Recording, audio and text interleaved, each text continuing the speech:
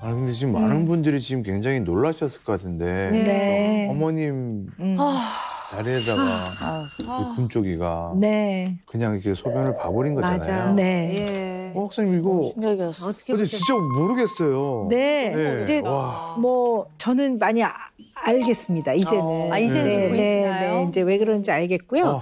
일단 하나하나 얘기를 해봅시다.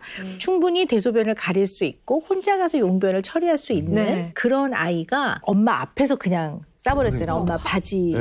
다리에다가. 왜 그럴까요? 그 아이의 마음은 어떤 마음이라서 그런 행동을 할까요? 일부러 엄마를 더 화나게 하려는 것 같았어요. 제가 보기에는. 모르겠지만 그냥 약간 일부러 일부러 거다. 일부러. 그치, 어쨌든 엄마를 화나게 하는 마음에 안 드니까 그렇게까지 안 표현한 게 좋은 아닌가 이런 생각도 들고. 부모와 자녀의 관계에서는요. 자식을 낳는 순간 얘는 나랑 다른 사람이기 때문에 그 생각과 마음이 나랑 달라요. 그럼 수많은 상황에서 이 관계 속에서 갈등들이 생겨요. 근데 특히 소변을 볼 때 보면 이거는 어떻게 보면 약간 혐오거든요. 혐오거든요.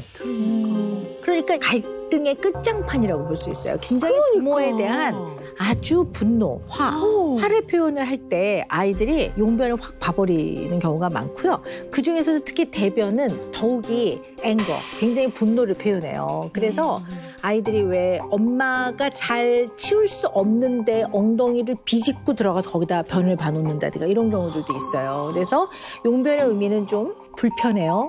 그리고 고통스러워요. 약간 이런 의미가 있을 수 있나를 봐야 돼요.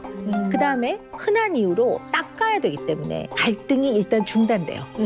뭐 이렇게 막 혼을 내다가도 중단하고 맞아. 아이들이 이제 그런 의미로도 용변을 싸기도 해요. 네. 그런데 자기가 불안하고 불편해서 계속 엄마한테 신호를 보내는 것을 어떻게 받아들여서 어떻게 해석하고 어떻게 대처하느냐의 문제를 우리가 살펴봐야 될 것 같아요. 그 부분을. 그래서 일단 재원이를 어릴 때부터 어떻게 키우셨는지 얘기를 좀 들어보고 싶어요. 둘째 낳고 나서는 좀 산후 우울증이 있었던 것 같아요. 근데 뭐 따로 병원을 가거나 하진 않았고 제가 힘들다는 핑계로 엄마도 힘들지. 그래서 반응을 거의 못 해준 것 같아요. 돌아가도. 네.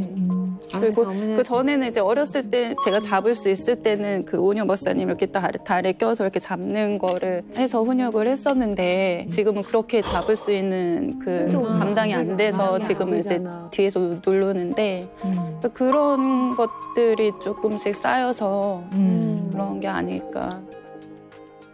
그럼 체벌하신 적도 있으세요?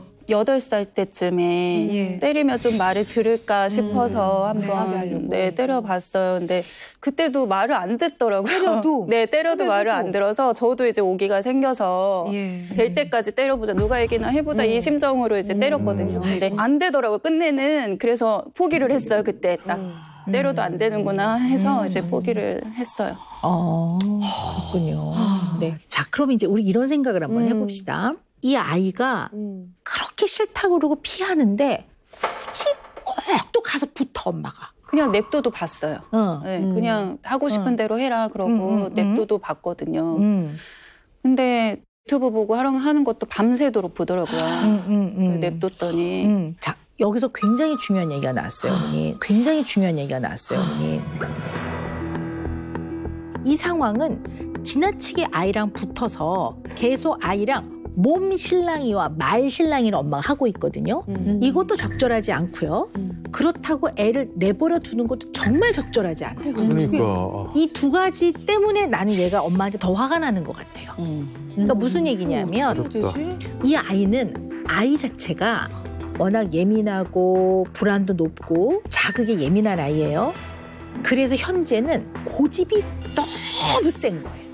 그래서 고집이 있는 사람은 외부의 다른 사람이 말하는 걸 잘 안 받아들여요. 외부의 지시, 외부의 제안, 외부의 어떤 통제 안 받아들여요. 그걸 아주 고집스러울 정도로 against해요. 절대 안 받아들여요. 그러니까 제가 이해가 잘 안 되는 게 예민하고 불안도 높고 겁이 많은 아이가 어떻게 고집이 세지는지가 좀... 왜냐하면 이 고집이라는 게 다른 게 아니라 지나치게 자기 주도적인 거죠. 그러니까 지나치게 내가 하는 대로만 할 거야, 이거. 그래야지만 안전하니까. 그래, 안전. 네, 그래서 이래 말이야.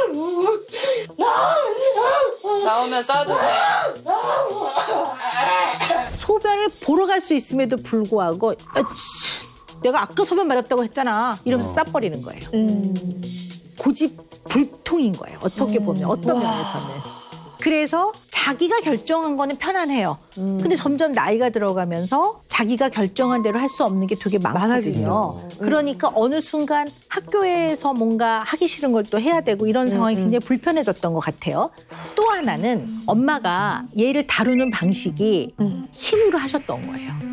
힘이라는 게 무슨 애를 때려서 이렇게 한다는 게 아니라 또 울면 조용히 해 이렇게 하고 옮기고 아니면 애가 정말 말 안 들으면 막 등짝 하나 이렇게 하면서 시끄러 뭐 이렇게 한다든가 이런 것들이 안 사랑했다는 게 아니라 사랑하지만 아이가 너무 키우기 어렵고 첫째 말을 좀 명령적으로 많이 네네 그렇죠. 굉장히 지시적이고 약간 명령적이고 강압적이고 그러면 그전에는 말을 잘 들은 게 아니라 힘의 논리에 의해서 그냥 꼬리를 좀 내리고 있었던 거죠. 근데 딱 나이에 십자가 붙으면서 약간 이제 힘의 균형에서 역전이 딱 된 순간이 온 거예요. 그러니까 이제는 힘의 논리로 엄마를 우위를 서려고 하고 엄마는 자꾸 힘의 행사를 하는 거예요. 자꾸 때리고.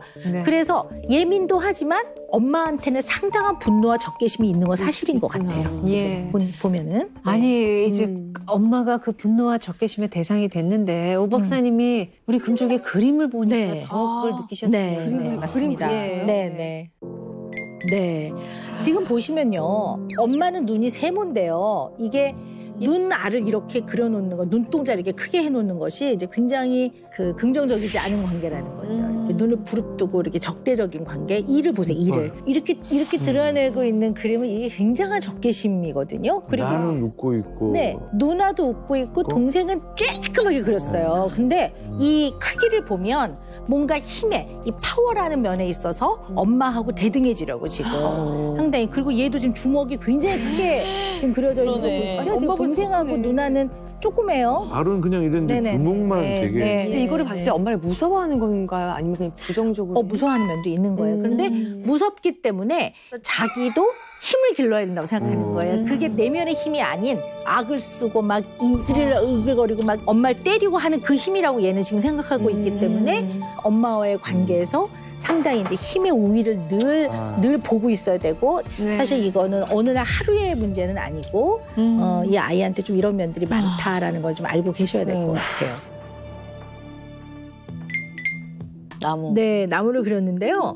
이건 잘 그린 것 같은데. 잘 그린 것 같으세요? 네. 일단 나무가 종이 지면을 꽉 차고 있고요. 사과나 이런 열매가 대롱대롱 매달려 있는 거는 굉장한 애정 욕구예요. 날 좀 사랑해 주세요.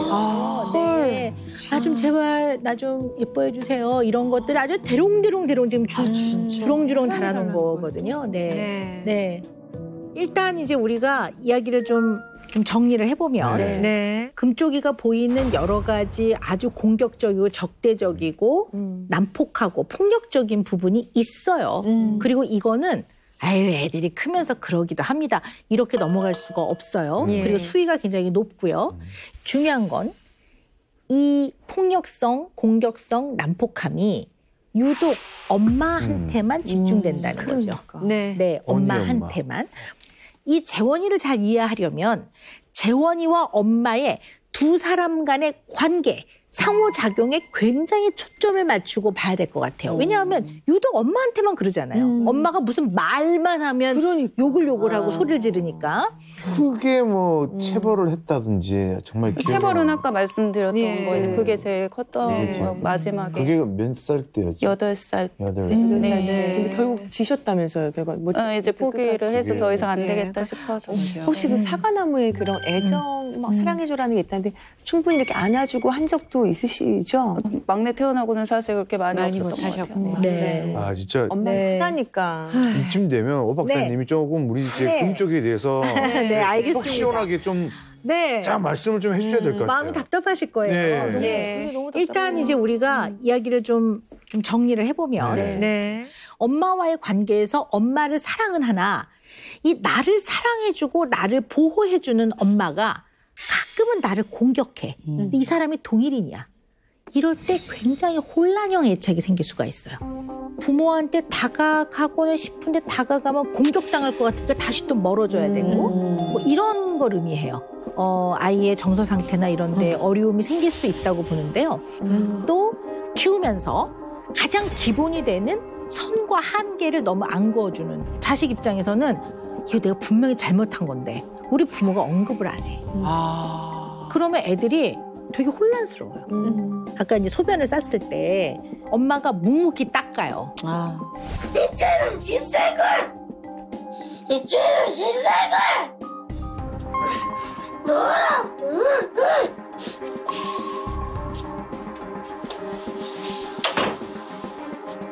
그러니까 어떻게 보면 엄마가 이러지도 못하고 저러지도 못해서 했던 행동이면 난 이해하나 그 장면만 딱 놓고 보면 우리 인간이 살아가면서 꼭 지켜야 되는 여러 가지 것들에 대한 딱 선을 해주고 한계를 얘기해주고 분명하게 말해줄 걸 말해주지 않는 것 같아요. 그래서 또 하나 얘기를 해보면 아침에 이제 깨울 때 학교 가라는 얘기를 할 때 재원이가 일어나.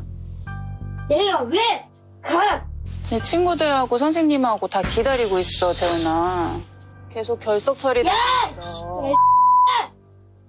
엄마 걱정돼서 얘기하는 거잖아. 조용히 해라고! 너무 강약이 없이 아이가 저리 가요. 그러면 학교 가야지, 재원아. 엄마가 시끄러워요. 그러면 아이들이 친구들이 기다리잖아.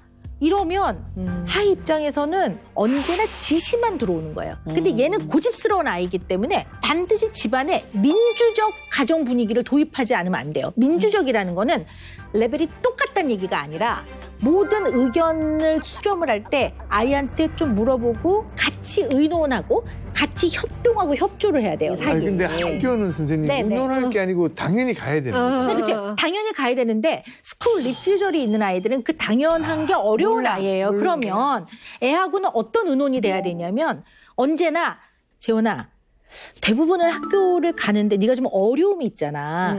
이건 어려움이 있는 거야. 그러니까 우리가 같이 노력해서 네가 조금은 지금보다 편안해지도록 해봐야 되는데 어떻게 해볼래? 그럼 얘는 고집스러운 아이기 때문에 지 입으로 얘기를 해야 돼요. 뭐 월요일은 가고요. 뭐 일주일에 한 번은 가고요. 이러면 그 한 번을 얘가 지킬 거란 말이에요. 요 과정이 빠져 있어요.